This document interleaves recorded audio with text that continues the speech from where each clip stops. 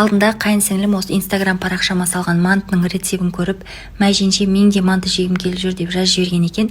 Олай болса біржолата барлық қайынсіңлімді тамаққа шақырайын деп барлығын үйге шақырдым. Әдеттегідей дайындықты бір күн бұрын бастадым. Ең алдымен самсаның қамырын дайындап, тоңазытқышқа салып қойдым. Одан соң пирогтарымды жасауға кірістім. Мына жерде тары қосылған пирог, екінші пирог карамельный пирог. Пирогтарды да бір күн бұрын дайындап пісіріп қойдым. Содан соң самсаның жарты бөлігін ғана пісірдім, ал жарты бөлігін түйіп морозилькеге қатырып қойдым.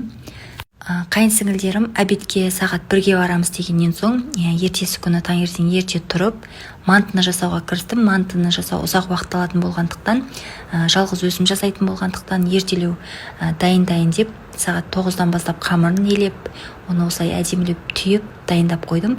Ал сіздер қайынсіңлдеріңізбен қаншалықты жақын араласасыздар, қанша қайынсіңліңіз бар, видеоның астына комментарий бөліміне жазып кетсеңіздер болады. Ал менде қайынсіңлдеріммен осылай әдемі отырыс болды.